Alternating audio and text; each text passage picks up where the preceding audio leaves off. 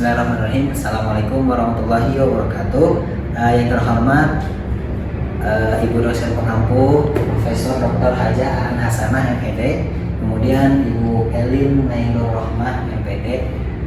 Kami dari kelompok 5 yang beranggotakan 3 kelompok ingin mempresentasikan terkait penemuan kami terhadap mata kuliah di psikologi agama ini. Kebetulan judul yang kami ambil adalah peran media sosial terhadap kecemasan masa depan atau future anxiety yang ditinjau dari perspektif Islam pada siswa kelas 12 di MAN 2 Bandung. Oke.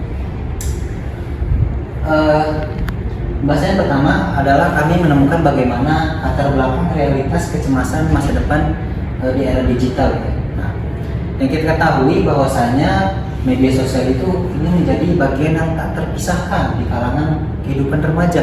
Nah, maka dari itu kita ingin mengetahui bagaimana membentuk cara mereka terhadap masa depan mereka, gitu ya. Namun dengan demikian, paparan konten mengenai tantangan karir, tinggi gaya hidup, dan tren kabur aja dulu itu seringkali menimbulkan yang namanya pesimisme. Yang pertama ada fenomena kabur aja dulu. Nah, fenomena kabur aja dulu adalah mencerminkan keresahan generasi muda terhadap ketidakpastian ekonomi yang ada di Indonesia ini. Nah, kemudian yang kedua adanya algoritma penguatan kecemasan. Nah, algoritma ini menjadi media sosial cenderung yang bisa memperkuat narasi negatif secara berulang, memperbesar kemungkinan terbentuknya pandangan suram tentang masa depan mereka. Nah, yang kemudian ada dampak psikologis. Nah, dari dampaknya itu apa saja? Pertama ada penggunaan media sosial itu terbukti memicu yang namanya stres anak-anak, kemudian kecemasan dan keraguan yang ada pada remaja terkait dunia kerja dan masa depan mereka gitu. Nah, dalam perspektif Islam, kecemasan masa depan itu seharusnya dikelola dengan keseimbangan antara ikhtiar, kemudian tawakal, keimanan. Itu harus diselaraskan dengan yang namanya psikologi. Bisa menjadi yang namanya pedoman penting bagi siswa di masa kini. Nah, kemudian kami menemukan rumusan masalah dalam judul ini, yaitu menggali peran media sosial dan solusi Islami. Nah, penelitian ini itu bertujuan untuk menjawab 3 pertanyaan yang krusial yang mengkaji interaksi antara media dan sosial. Apa saja pertanyaan yang pertama? Peran media sosial. Bagaimana media sosial itu membentuk kecemasan terhadap masa depan future pada siswa kelas 12 di MAN 2 Bandung. Saya sudah mewawancara beberapa siswa di sekolah MAN 2 Bandung bahwasanya peran media sosial itu bisa bernilai negatif atau positif, itu tergantung pada siswa yang tersebut menggunakan media sosial itu seperti apa. Namun kebanyakan dari mereka yang ketika saya wawancara, mereka menggunakan media sosial itu buat ajang mereka menentukan masa depan mereka. Kemudian dalam perspektif Islam, kita ada pertanyaan yang namanya bagaimana pandangan Islam terhadap kecemasan masa depan dan bagaimana hal ini diterapkan oleh siswa. Nah, pertanyaan ini juga saya sudah menanyakan beberapa siswa di MAN 2 Bandung bahwa pandangan Islam itu terhadap kecemasan masa depan itu sangat memperdulikan yang namanya masa depan manusia gitu ya. Ada juga siswa yang ketika saya wawancara, mereka berpendapat bahwa Islam sudah mengkaji semua yang namanya masa depan. Jadi mereka tidak perlu cemas lagi, namun bukan berarti mereka berleha-leha, tapi juga harus namanya dengan usaha. Nah, selanjutnya ada yang namanya strategi pengelolaan Islami. Nah, bagaimana sih respon dan strategi siswa kelas 12 dalam mengelola kecemasan masa depan melalui nilai-nilai spiritual Islam? Kenapa saya mengambil kelas 12? Karena mereka sudah di jenjang terakhir yang ingin melanjutkan masa depan mereka, antara itu mau perkuliahan atau mau ke dunia kerja. Nah, itu jadi kita harus tahu bagaimana siswa ini, mereka mau kemana ke depannya, responnya gimana, atau mau ngambil kerja atau mau ngambil kuliah. Nah, itu bisa menjadi pertanyaan di rumusan masalah ini. Nah, selanjutnya di tinjauan pustaka ada beberapa teori gitu ya, yang membangun studi perbandingan, kajian pustaka dan kajian teori fondasi pemahaman. Yang pertama ada studi perbandingan. Nah, penelitian Ganesha, DKK dan kawan-kawan menyoroti bahwasanya kesejahteraan psikologis sebagai penentu orientasi pada masa depan positif gitu ya. Jadi kalau misalnya siswa tersebut psikolognya sudah bagus, kemudian sudah terbentuk dalam pandangan Islamnya, insya Allah bakal masa depan yang positif. Sedangkan Rahmadani dan DKK menunjukkan bahwa psikoterapi zikir tauhid sangat efektif untuk mengurangi yang namanya kecemasan pada pengguna Instagram gitu ya. Nah, selanjutnya ada kajian teori atau fondasi pemahaman. Nah, di kajian teori ini kami ada 4 teori gitu ya, yang meneliti bahwasanya future anxiety itu sangat berpengaruh pada remaja pada masa sekarang. Yang pertama ada social comparison theory. Nah, remaja itu membandingkan diri dan standar ideal di media sosial memicu penurunan kepercayaan diri dan kecemasan. Banyak sekali yang kita temukan di media sosial bahwa mereka sering membandingkan kehidupan mereka dengan apa yang ada di sosial media. Nah, kemudian ada use and gratification theory. Penggunaan media sosial itu untuk hiburan, informasi dan validasi diri. Nah, jadi memang sisi positifnya juga ada yang namanya untuk hiburan juga, karena kan kita nggak bisa ya, kita harus juga menggunakan yang namanya media sosial itu untuk berkomunikasi. Kemudian ada informasi dan validasi diri. Nah, kemudian ada konsep kecemasan pada masa depan. Nah, kekhawatiran itu berlebihan terhadap kejadian yang belum terjadi dipicu oleh tekanan akademik, sosial, dan ekonomi dan informasi menakutkan. Nah, yang terakhir ada perspektif Islam. Nah, dalam perspektif Islam, kecemasan itu bisa kita kendalikan gitu ya dengan tadi psikoterapi zikir tauhid gitu ya. Nah, ada tawakal, sabar, dan husnuzon. Makanya kita selalu menganjurkan kepada siswa untuk misalnya mereka belum masih bimbang dengan future anxiety mereka, kita anjurkan untuk mengarah kepada perspektif Islam. Nah, dengan demikian dapat memenangkan emosi dan memperkuat keyakinan diri mereka gitu. Pengen jadi apa ke depannya? Mungkin itu saja dari pembahasan saya, semoga bermanfaat gitu. Yang selanjutnya akan disampaikan oleh teman saya. Di sini saya Salsabila Mutiara, salah satu anggota dari kelompok 5, akan melanjutkan pembahasan selanjutnya, yaitu mengenai kerangka berpikir di mana interaksi media sosial, kecemasan, dan spiritual Islam. Nah, jadi kerangka berpikir ini tuh menunjukkan kompleksitas atau hubungan antara media sosial, kecemasan masa depan, dan nilai-nilai spiritual Islam. Nah, jadi dalam penelitian ini kami itu membuat atau membahas dalam kerangka berpikirnya itu yang pertama ada sosial media. Nah, sosial media itu adalah paparan konten pesimis, perbandingan sosial intens, dan informasi negatif memperkuat perspektif ancaman masa depan. Nah, jadi pada penelitian ini kami itu membahas mengenai bagaimana siswa itu mengalami kecemasan masa depan atau future anxiety dan ditinjau dari perspektif Islam. Lalu yang kedua itu ini ada kecemasan masa depannya. Nah, biasanya timbul karena ketidakpastian dan rasa tidak mampu menghadapi tantangan hidup pasca sekolah. Nah, karena pada dasarnya kan anak-anak kelas 12 itu berada pada fase di mana mereka tuh krisis identitas. Nah, jadi pada saat itu mereka tuh pasti akan berpikir atau sering mengalami yang namanya overthinking. Nah, maka salah satu penyebab mengapa adanya kecemasan masa depan itu ya disebabkannya oleh media sosial tadi. Nah, lalu setelah kita melihat kecemasan masa depan itu biasanya terjadi karena paparan dari media sosial, maka adanya nilai spiritual Islam ini sangat berpengaruh untuk merubah atau untuk membentengi para siswa terkhusus kelas 12 ini tuh untuk mengurangi kecemasan masa depan itu, seperti tawakal, sabar, husnuzon, zikir, dan doa berfungsi sebagai pelindung atau menurunkan kecemasan dan memberikan ketenangan batin. Nah, jadi pada dasarnya penelitian ini tuh akan menggali bagaimana dinamika ini memengaruhi psikologi remaja, mencari keseimbangan antara pengaruh eksternal dan juga kekuatan spiritual internal. Nah, selanjutnya di sini ada metode penelitian untuk mengungkap pengalaman subjektif. Nah, kebetulan metode penelitian yang kami lakukan itu menggunakan pendekatan kualitatif fenomenologi, di mana kami melakukannya melalui wawancara intens terhadap beberapa partisipan siswa, yaitu tiga orang kelas 12. Lalu waktunya itu kemarin kami lakukan pada tanggal 5 Desember 2025 di MAN 2 Bandung. Nah, dipilih, kenapa tempat itu dipilih? Karena dari lingkungan yang dekat dari kampus ini, kebetulan MAN 2 itu merupakan salah satu madrasah yang mungkin cocok untuk kita teliti, karena pasti yang namanya madrasah, siswanya itu akan memahami konsep Islam dengan lebih mendalam gitu.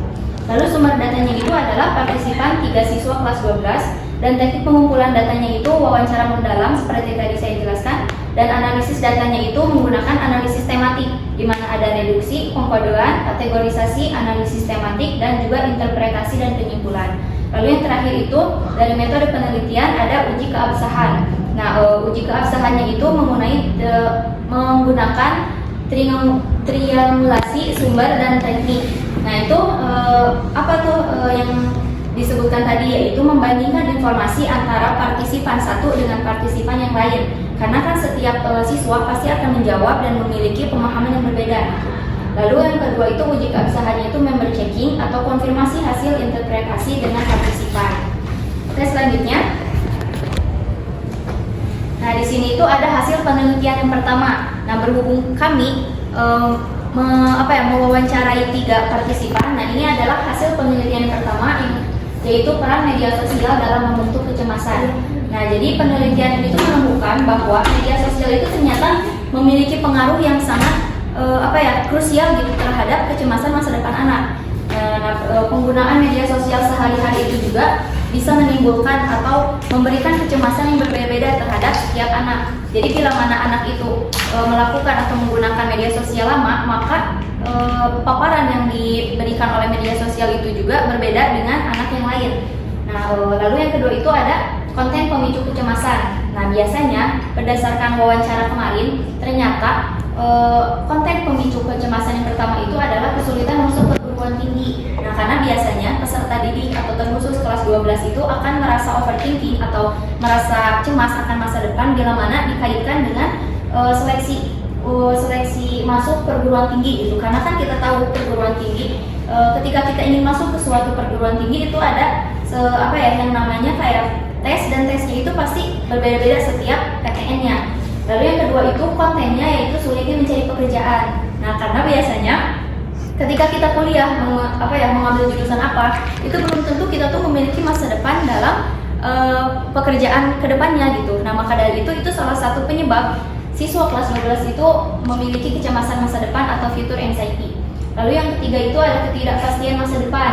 Nah, karena mungkin bisa kita ambil contohnya seperti pandemi kemarin, di mana kita misalkan telah memiliki wacana atau memiliki cita-cita apa ke depannya, ternyata pada Allah ada suatu wabah yang memang mengharuskan kita tuh tidak boleh keluar rumah, dan mungkin cita-cita yang kita inginkan itu tertunda. Nah, itu salah satu penyebab future anxiety yang terjadi di kalangan remaja terkhusus kelas 12.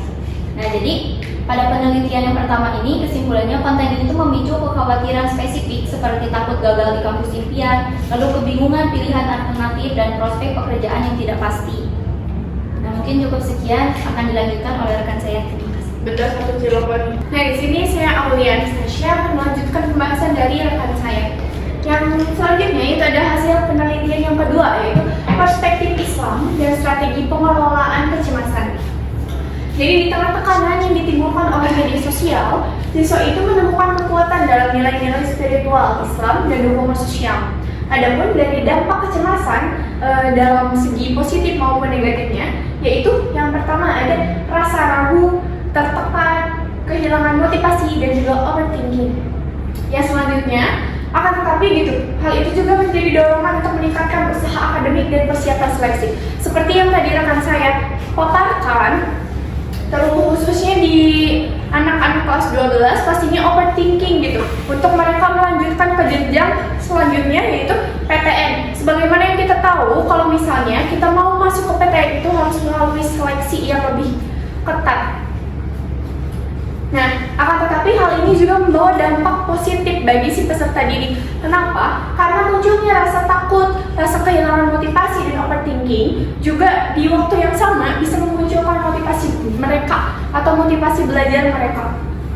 Dan juga di sini ada media sosial sebagai sumber motivasi, yaitu yang pertama ada konten inspiratif tentang perjuangan dan keberhasilan yang memicu semangat. Yang kedua ada menjadi sumber informasi dan tips manajemen belajar.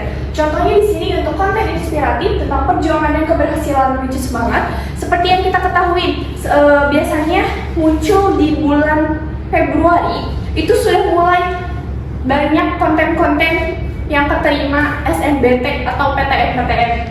Nah, yang mana itu tuh pasti memicu atau memunculkan rasa semangat dari si peserta didik untuk kayak, kalau mereka bisa, saya juga bisa. Nah, terus di poin yang kedua di sini ada menjadi sumber informasi dan tips manajemen belajar. Karena as we know gitu, sebagaimana kita tahu, kalau misalnya media sosial itu kan sumber informasi ya. Tentunya pasti di media sosial itu bakal muncul gitu, gimana sih tips and trick kita manajemen waktu, manajemen belajar, dan juga tips and trick kita menembus PTN yang kita.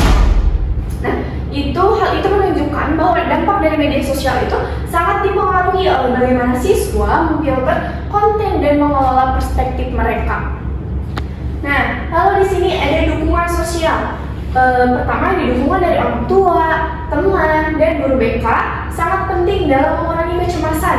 Lingkungan sekolah yang komunikatif memfasilitasi diskusi dan solusi. Sebagai contoh seperti saya anak kelas 12 yang sedang bingung mau lanjut kemana, bingung seleksinya seperti apa. Saya ke sekolah, saya konsultasi ke pihak guru BK, dan di rumah saya konsultasi ke orang tua saya atau ke teman-teman saya. Di situ saya bakal tahu dari perspektif mereka apa yang harus saya lakukan setelahnya. Juga di sini ada spiritualitas Islam sebagai coping strategy. Yang pertama ada zikir, doa, tawakal, dan kepercayaan kepada Allah Subhanahu wa Ta'ala, menenangkan pikiran, memberikan kekuatan mental, dan mengembalikan fokus pada ikhtiar. Yang selanjutnya ada pembahasan integrasi temuan dan relevansi teori. Jadi penelitian ini menegaskan bahwa media sosial itu memiliki peran signifikan dalam membentuk kecemasan masa depan siswa kelas 12 sejalan dengan teori future anxiety. Yang pertama yaitu media sosial. Paparan konten realitas pendidikan dan dunia kerja menimbulkan tekanan psikologis sesuai dengan konsep kecemasan akan ketidakpastian. Yang kedua, pemicu kecemasan. Ketidakpastian seleksi perguruan tinggi, pilihan jurusan, dan prospek pekerjaan menjadi pemicu utama kecemasan pada remaja. Yang ketiga, ada dampak positif. Media sosial juga dapat menjadi media motivasi, penyedia informasi akademik, dan sarana komunitas pendukung jika digunakan secara bijak. Nah, di poin 3 ini, seperti yang tadi sebelumnya saya sampaikan, dampak dari media sosial itu bukan cuma dari negatifnya saja, akan tetapi banyak dampak positifnya tergantung bagaimana kita mempergunakan media sosial itu. Jadi diusahakan kalau kita bermedia sosial harus dengan bijak. Nah, nilai spiritual Islam seperti ikhtiar, tawakal, dan husnuzon terbukti menjadi faktor protektif yang sangat efektif sejalan dengan literatur psikologi spiritual yang menyatakan bahwa keberagaman dapat meningkatkan relasiasi individu.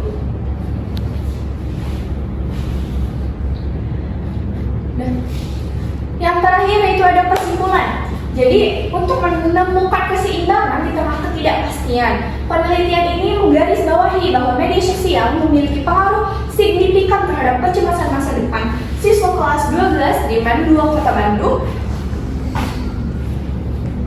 Konten tentang persaingan akademik dan tantangan hidup sering memunculkan kekhawatiran. Yang pertama ada dilema media sosial, yaitu pemicu kecemasan sekaligus sumber informasi akademik dan motivasi, tergantung pada filterisasi konten oleh siswa. Seperti yang sudah tadi dibahas oleh saya dan rekan-rekan saya, media sosial ini tergantung bagaimana kita menggunakannya. Kalau misalnya kita memfilternya dengan bijak, dengan baik, konten-konten yang muncul ke kita, konten-konten yang kita konsumsi juga bakalan yang baik dan bijak.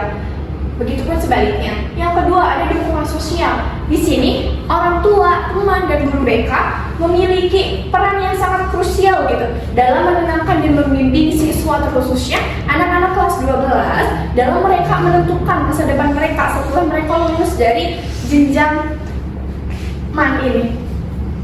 Yang terakhir ada penguatan spiritual Islam, yaitu tadi ada ikhtiar, tawakal, doa, dan zikir menjadi strategi coping efektif untuk ketenangan batin dan keyakinan pada takdir Allah Subhanahu wa Ta'ala.